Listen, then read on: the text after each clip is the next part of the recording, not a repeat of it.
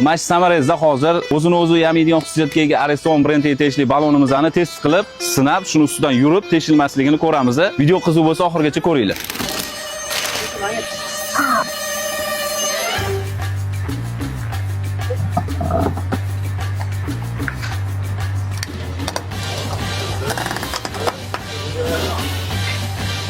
Mana ko'rdinglar, hozir ikkita samarangiz sinib ketdi. Balonda qolib ketdi, bittasi turibdi.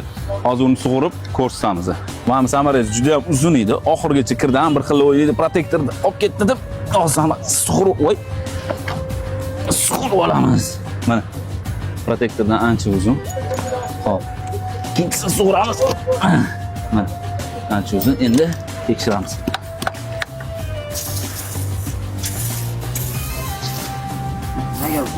Teshilganda yoki nimadir bo'lganda mana shundan havo chiqayotgan bo'lardi o'zi. Hech qanaqa havo ham yo'q, boshqa ham yo'q. Hammasi cho'kki.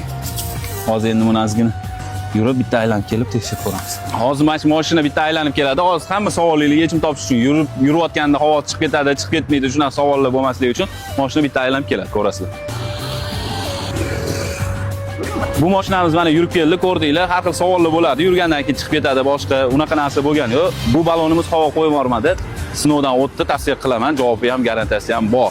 Bu balonimiz faqat 19 dan tepasi, sababi kichkina mashinalarda zapaska bo'lmaydi.